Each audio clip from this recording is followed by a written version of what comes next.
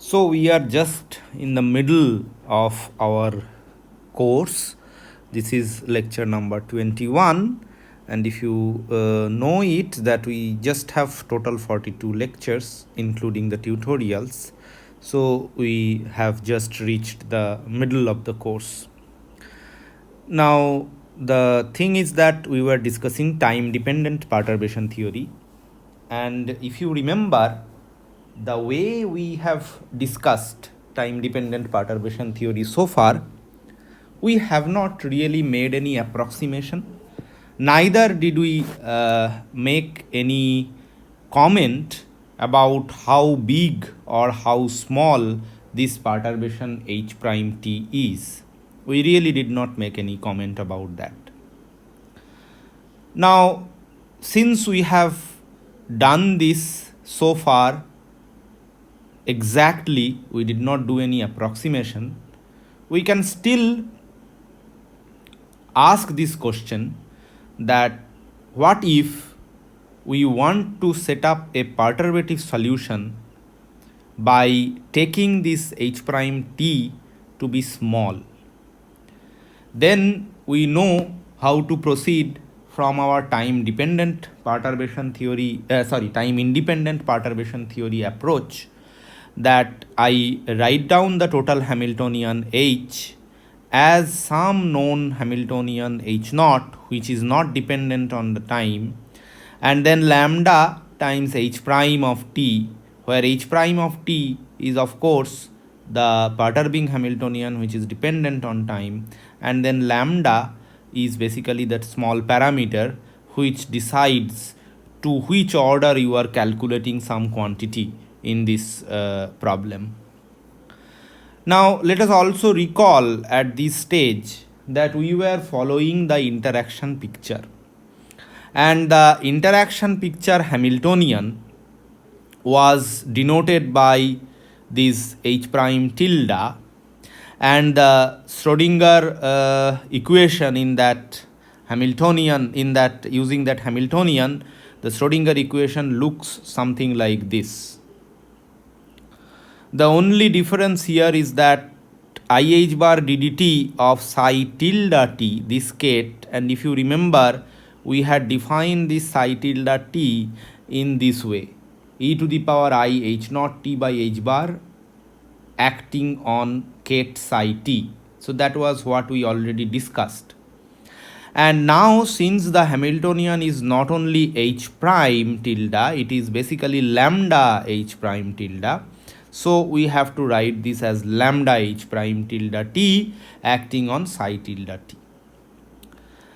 Now what we are going to do, we are going to follow the methodology that was used in case of time independent perturbation theory. That means we have to expand psi tilde t in powers of lambda. So that means I will write psi tilde t as psi tilde 0t plus lambda psi tilde 1t plus lambda square psi tilde 2t, and then higher order terms in lambda. So this is just the series expansion of psi tilde t in lambda. Then you just substitute back to this interaction picture Schrodinger equation. In fact, I think I should correct it. This is not the Hamiltonian, rather the Schrodinger equation.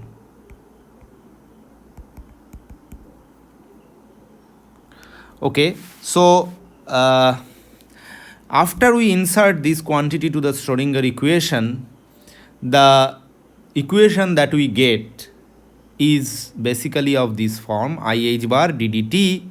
This operator will act on psi tilde 0, it will act on psi tilde 1, but now in every term we will have this lambda, lambda square, lambda cube coming in.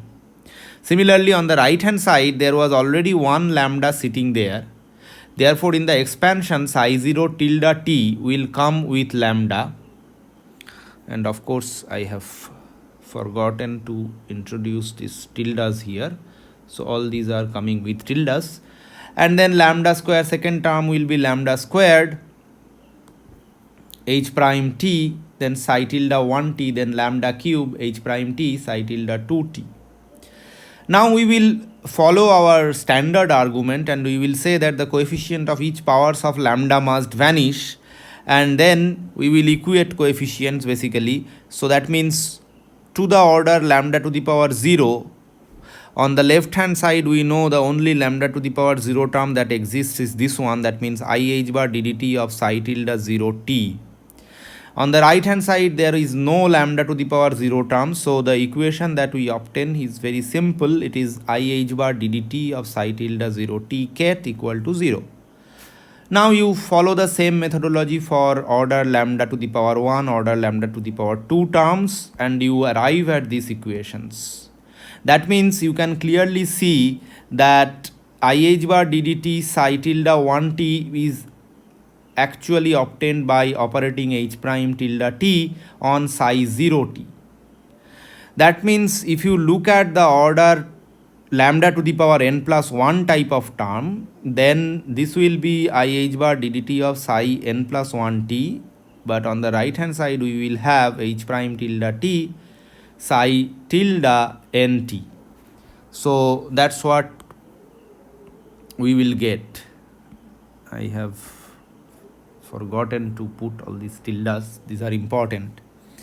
Now you look at the structure of these equations and it is very easy to solve, simply because you actually start with solving this equation, and this equation is a very simple equation. You figure out psi tilde 0t and then you put this psi tilde 0t after solving this equation back to second equation in the series, and here you now have put the psi tilde 0t, therefore you can solve for psi tilde 1t, and after solving you put that psi tilde 1t here and you get psi tilde 2t. So you can solve the whole thing iteratively. So now at this point let us stop and let us recall how did we actually define psi tilde t. We have just said that it is e to the power I h0 t by h bar acting on psi of t. And what was h prime tilde t? H prime tilde t was basically e to the power I h0 t by h bar, h prime t e to the power minus I h0 t by h bar. This was the definition. I request you to actually go back 2 classes back and then look at how we actually have defined these quantities. Now of course when you are having this type of equation, you will also ask the question, what are the initial conditions to start with, because that will help us in solving for these equations.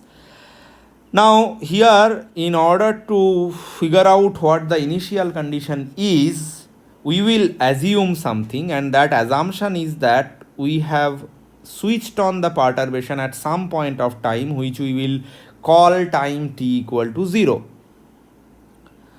And this therefore implies that the initial condition that we will get will be in terms of psi 0 only.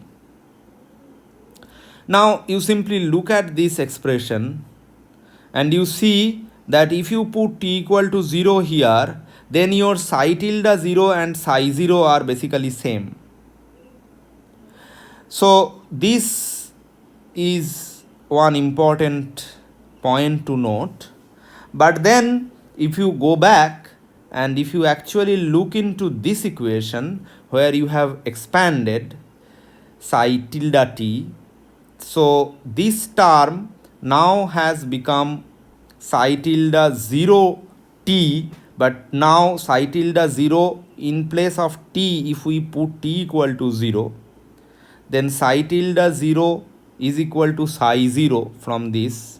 And then on the right hand side we have the expansion, and we know how to write down the expansion. We have to put psi tilde 0 and then t equal to 0, then lambda psi tilde 1 t equal to 0, then lambda square psi tilde 2 t equal to 0. All these places we have to put t equal to 0, and again this is an equation which of course will hold for all values of lambda. Again you can actually equate the coefficients of each powers of lambda, and you will claim that either they vanish because this is what a polynomial equation is. So that will tell you that psi tilde 0 is nothing but your psi 0, and psi tilde n 0 is 0. So that is what your final conclusion will be.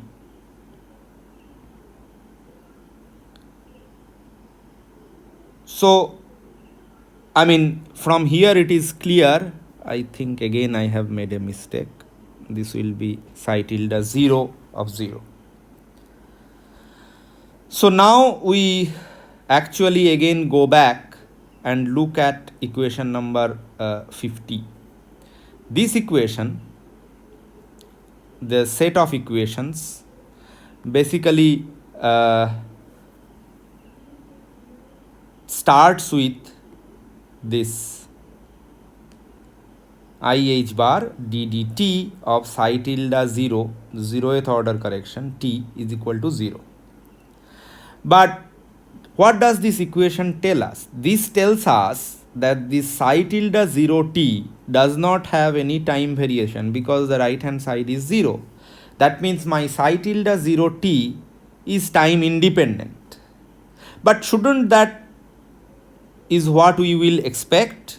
Of course, this is what you should expect, because you take the case when the perturbation vanishes. Now, if the perturbation vanishes, then this is the only equation that one gets. And one should expect that psi tilde t should be constant. Therefore, psi tilde 0t is a constant. Let us basically equate this thing. So psi tilde 0t should be equal to psi tilde 0 0, but then psi tilde 0 0 is same as psi tilde 0, and psi tilde 0 is basically same as psi 0. So this is what our initial condition would be. So the first equation, that means this equation, is therefore solved, and this gives you psi tilde 0 0 to be equal to psi 0, the initial value of the state gate. Now then, what will your order lambda to the power 1 equation look like? Now you go back again and you take your order lambda to the power 1 equation from here. So IH bar ddt of psi tilde 1t, h prime t acting on psi tilde 0t. So this is your order lambda to the power 1 equation, but we just have now proved that psi tilde 0t is nothing but psi 0. That is what you have just now seen. Psi tilde 0t is same as psi 0, ket psi 0. So we put this ket psi 0 here. So this will tell us what will be the solution for this psi tilde 1t ket. So ket psi tilde 1t will be obtained by integrating this equation. This is nothing but h prime t prime by IH bar. This comes from this IH bar, then acting on psi 0, and then integrated over dt prime, and the limit of the integration, lower limit is from 0, upper limit is t. So by setting this lower limit to be equal to 0, the initial condition which states that psi tilde 1 0 equal to 0 is satisfied. Remember, here we have first said that all the higher order terms except psi 0 will be 0. So psi tilde n 0 equal to 0, where n take values 1, 2, 3, etc. So that is satisfied if we simply choose this lower limit to be equal to 0. Now what will be the order lambda squared equation? The lambda squared equation is basically nothing but this. So IH bar ddt psi 2 tilde t is equal to h prime t psi 1 tilde t. So you can figure out what will be your psi 2 tilde t. Psi 2 tilde t will be just this thing, t prime divided by IH bar, and then we have psi tilde 1 t prime dt prime. Integration limit is from 0 to t. But we already have obtained psi tilde 1 t prime. Psi tilde 1 t prime is nothing but this object. H prime t double prime by I h bar psi 0 dt double prime. The integration limit is from 0 to t prime. So the solution for psi of t, if you remember, psi of t was related to psi tilde t by the fact that psi t is equal to e to the power minus I h naught t by h bar into psi tilde t, or operated on psi tilde t. And the psi tilde t is this object, psi 0 plus lambda psi 1 plus lambda square psi 2 tilde, but put lambda equal to 1. This is what your psi t will be. Now we will ask this question, as we have many times emphasized that our target in time dependent perturbation theory is not what the state correction is or what the energy correction is. It is simply not possible to ask this question. Rather, we should ask, what is the probability of the system to jump from one step to another, or to transition from one state to another. For example, the question that you can ask is that what is the probability p n to m, which is dependent on time, that is the transition from ket n to ket m. So at t equal to 0 you had ket n, and after some finite time it has transit to ket m, because you have operated this time dependent perturbation on the system. Under the effect of the perturbation, what is this probability? So for that, of course, you need to figure out what is your ket psi t is, and this is what the form of ket psi t was. And remember, we have deliberately written psi 0 ket here. It is not psi tilde 0 ket. I mean, unlike the previous cases where I did some mistake in writing the tilde, here it is not actually psi tilde 0, rather it is psi 0, because of this relation. Because we have proved that your psi tilde 0 is same as psi 0. We have proved it somewhere, or we have just shown it somewhere, that psi tilde 0 is same as psi 0. That is why this term comes without a tilde. Now if you ask this question that we have to calculate the transition probability from state n to state m, we know by definition this is your transition probability. But we also know that this psi t means e to the power minus I h0 t by h bar acting on psi tilde t. But what really does this object give when it acts on this eigenstate of the unperturbed Hamiltonian, which is denoted by m?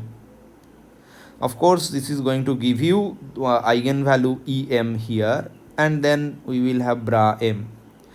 But this object, when you are taking mod squared, of course it will come out and it will be multiplied by e to the power plus IEM t by h bar, and that will cancel. So what will remain is simply bra m ket psi tilde t mod square. But now of course you have to use your trick of expansion of psi tilde t. Psi tilde t, if you expand by finally putting lambda equal to 1, you will get psi 0, then psi tilde 1t, then psi tilde 2t, and so on and so forth mod square. Now what is your psi 0? Ket psi 0, or ket psi 0 t rather. So this may be t, you can think of this as a t. So ket psi 0 t is nothing but ket psi 0, but this ket psi 0 is nothing but n, because you have started the system at t equal to 0 with ket m. With say ket n, which is orthogonal to m. Okay, so you just put this thing here as n, then bra m psi tilde 1t, then bra m psi tilde 2t, and mod square. But this is basically orthogonal, so this is going to give you 0. What remains are these two terms. Now, therefore, to first order in perturbation theory, you will ask this question: what is the probability or finding the transition from n to m up to first order in perturbation theory? That means you really have to calculate this quantity, bra m psi tilde 1 t mod square. But bra m psi tilde 1 t, we already know what is ket psi tilde 1 t. We have obtained it. Ket psi tilde 1 t is this object, h prime t prime by I h bar ket psi 0 dt prime integrated from 0 to t. We have just put it here, just keeping in mind that psi 0 is just some state ket n, which is basically nothing but the eigenstate of the unperturbed Hamiltonian. So this is what you obtain, bra m h prime t prime tilde capital ket n.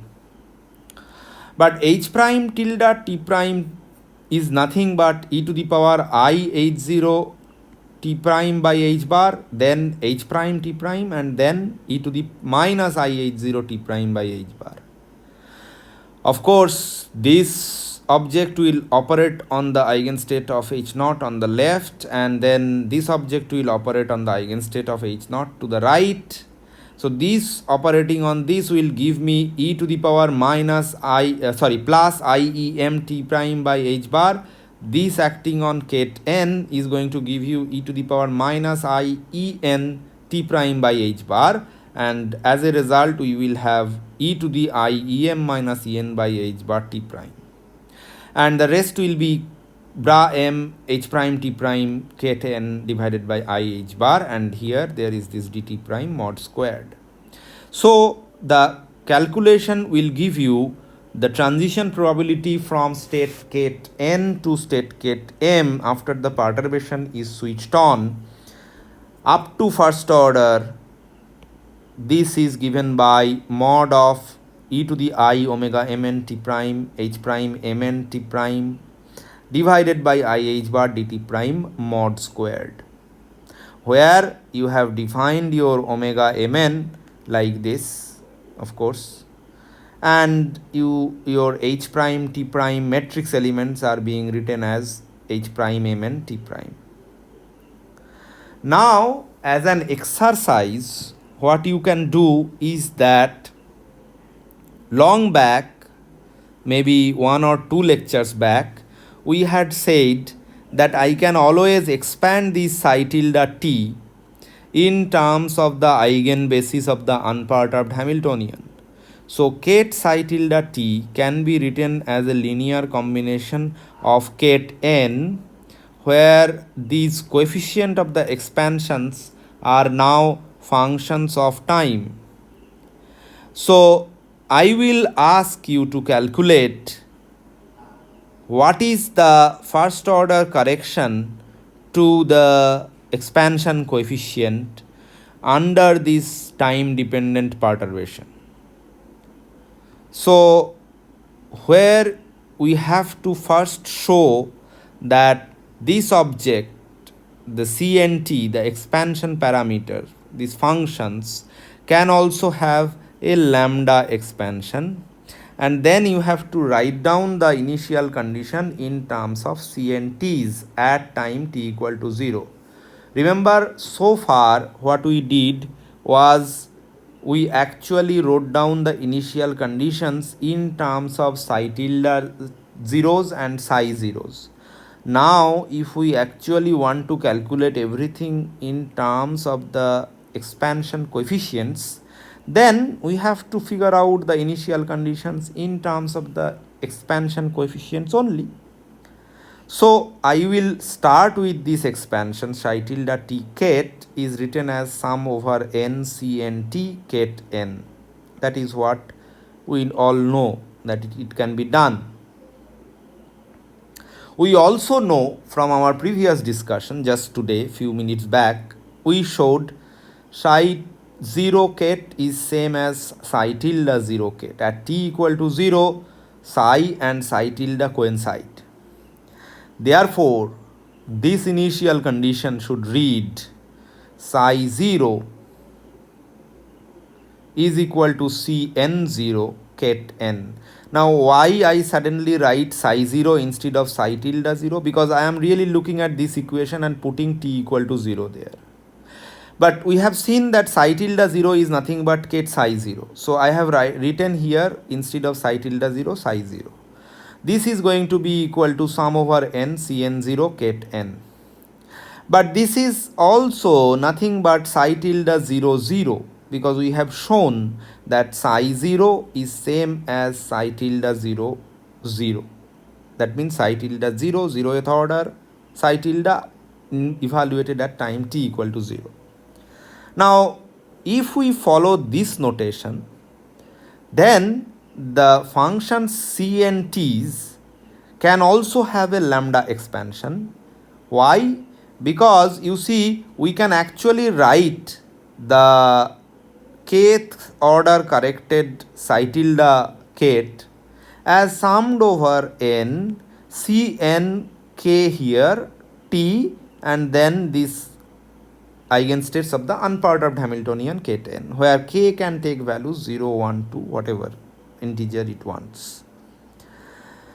Therefore, you can write down this psi tilde t in the series expansion like this in terms of lambda.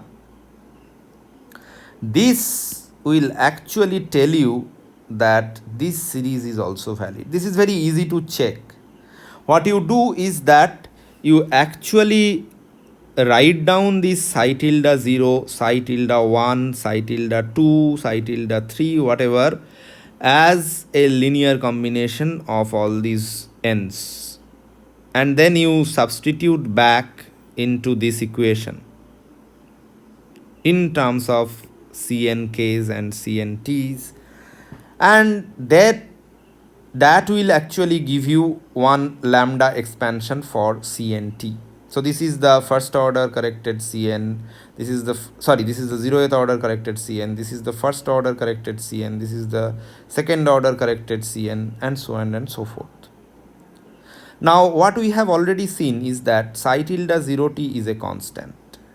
So you can write this psi tilde 0t as summed over n Cn0t ket n. This immediately implies Cn0t is a constant. Now since Cn0t is a constant, you just put t equal to 0, that should be same as Cn0t, and this is also true that this is same as Cn0. So this is your first initial condition. The other initial condition, remember, in terms of ket psi was psi tilde n0. So then nth order corrected state is 0. And this simply translates to this, that Cnk0 is equal to 0. So now with all these boundary conditions or initial conditions in mind, you write down what is your correction to first order correction to this ket psi tilde. This, remember, we have just now calculated, and the thing that comes up was integral 0 to t h prime t prime by I h bar psi 0 dt prime. Now we can also write down this psi tilde 1t as Cn1t ket n summed over n.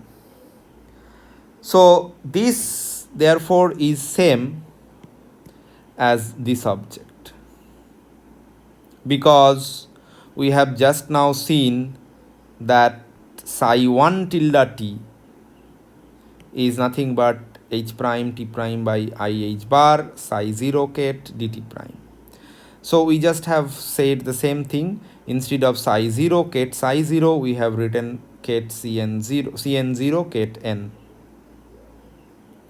And as a result, this expression is sufficient to actually give you what these coefficients are, because you can calculate Cm1t, and then that means it will actually operate one bra m from the left side on psi tilde 1t. But this really means there is a summation over n, then there is integration from 0 to t, and then h prime t prime mn by I h bar, and then Cn0 dt prime. So that's how you actually evaluate this. And CM1T written in a more specific manner is nothing but this object. Why this object? This object because h prime tilde is nothing but e to the power I h0 t prime by h bar, h prime t prime, and then e to the minus I h0 t prime by h bar.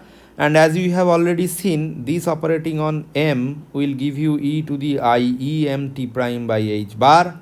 This operating on n will give you e to the minus I e n t prime by h bar, and you define your omega mn such that this is basically em minus en by h bar. So now everything is fine because this operating on this is going to give you e to the minus IEM t prime by h bar. This operating on this will give you e to the power minus IEN t prime by h bar, and that will give you this term. And this object is coming, this is basically nothing but the matrix elements when this h prime t prime operator is sandwiched between the mket and n bra. So this is what your CM1T is. And now if you ask for the probability PMT to be found in the state M can also be calculated just by noticing this fact that m psi t mod square is same as m psi tilde t mod square. Okay, so that is nothing but CMT mod square. Now if you ask like what will be the result of calculation of this probability till first order in perturbation, that means you are keeping only two terms in this expansion. One is the CM0 and then there is another CM1T. And this CM0 is nothing but CM0 mod square, then there will be CM star 0, CM1T, then there will be CM star 1T, CM0, and there will be all higher order H prime term, all higher order terms in H prime. So this therefore is going to tell you that